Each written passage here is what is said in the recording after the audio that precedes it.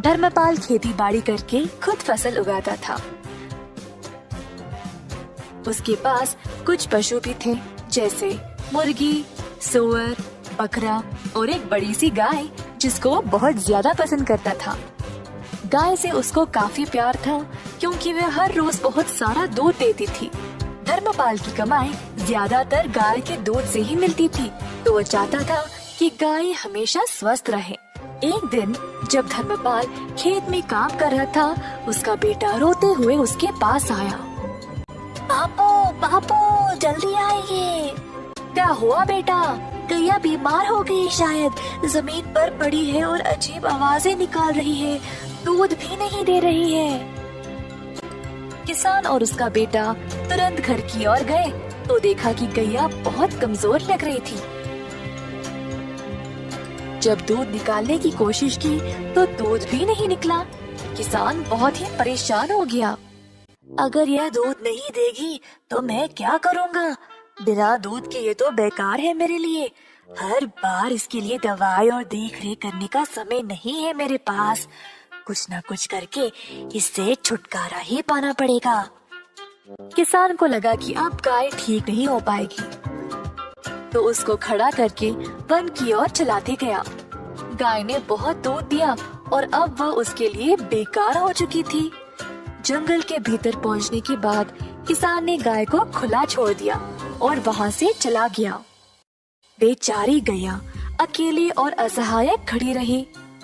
थोड़ी देर बाद गाय जंगल से डरने लगी और वहां से निकलने का रास्ता ढूंढने लगी। अपनी हिम्मत जुटाकर चलने लगी। बहुत देर बाद आखिरकार वह खुली जगह पर पहुंच गई, पर उसको पता ही नहीं था कि वह कहाँ आ गई। अचानक से उसने एक छोटा सा घर देखा और जल्दी उसकी ओर चलने लगी। घर तक पहुंचते ही वह थकावट से बेहोश गिर पड़ी दरवाजे के पास। यह एक गरीब आदमी मधु का घर था। सुबह सवेरे मधु बाहर आया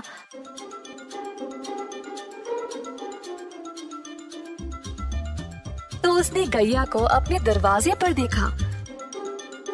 गैया बहुत बीमार लग रही थी और मधु को उसकी यह हालत देखकर बहुत दुख हुआ। उसने अपनी पत्नी को बुलाया मदद के लिए।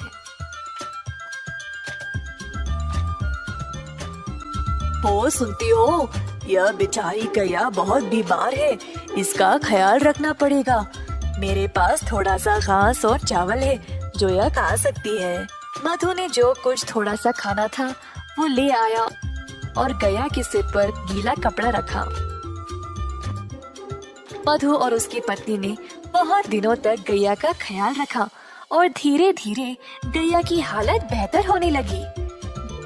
जल्द गाय अपने आप चलने लगी। मधु गैया से बातें करता था, रोज उसको खिलाते हुए। गैया को भी मधु से बहुत लगाव हो गया। एक दिन जब मधु घर के बाहर सफाई कर रहा था, गैया उसके सामने आ गई।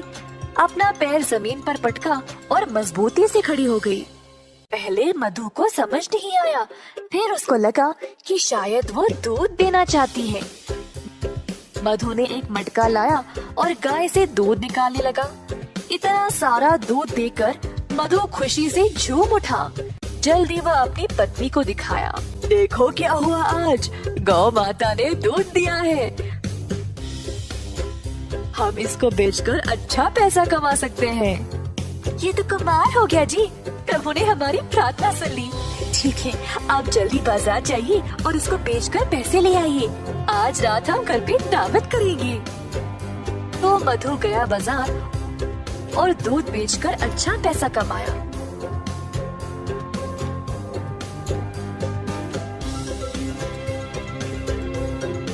उसने भगवान को धन्यवाद किया उसको गैया देने के लिए। मधु दूध बेचने लगा और जल्द अपने शुद्ध दूध के लिए मशहूर बन गया।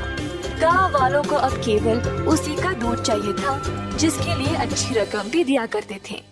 इस बात की खबर धर्मपाल तक पहुंच गई। मेरी गैया को चुराने की हिम्मत कैसे हुई इसकी, और अब वह अच्छे पैसे कमा रहा है। मैं अभी जाकर उसको वापस लूंगा, वो तो मेरी गाय है। धर्मपाल गया मधु के घर। मैंने सुना मेरी गैया तुम्हारे पास है और तुम उसका दूध बेच रहे हो। ये तुम्हारी नहीं है, दे दो मुझे वापस। यह सच नहीं है। गाय बहुत बीमार थी और मरने वाली थी। तुमने इसका ख्याल नहीं रखा, पर मैंने इसको ठीक किया है। तो यह मेरी है। तुम गाय को वापस नहीं ले सकते। मैं चुपचाप नहीं बैठने वाला। ग्राम प्रधान के पास जाकर उनसे बात करूंगा। अब वही फैसला करेंगे। तो दोनों आदमी ग्राम प्रधान के पास जाकर अपनी समस्या सुनाई। तो यह है तुम लोगों की समस्या। यह तो बहुत आसान है, मैं हल कर दूंगा, चिंता ना करो। धर्मपाल को लगा अब वह जीत ही गया। उसको पता था कि वही गाय का असली मालिक है, तो बस उसी का नाम सुनने का इंतजार करता खड़ा रहा। तुम दोनों गाय के दाएं और बाएं खड़े हो जाओ। तो दोनों इसी प्रकार गाय के आजू बाजू में खड़े हो गए। कुछ देर तक सब चुपचाप थे। अचानक से गाय अपनी जगह से हिली और मधु के पास आकर खड़ी हो गई। अतः ग्राम प्रधान ने यह निर्णय लिया कि गाय मधु की ही है, क्योंकि उसी ने उसको प्यार दिया और उसको अच्छे से ख्याल रखा। अब गैया ने अपना मालिक खुद चुना है, तो मैं इसकी इच्छा टाल नहीं सकता। मधु, ले जाओ अपनी गाय को। मधु बहुत खुश हो गया और गैया को अपने घर ले चला।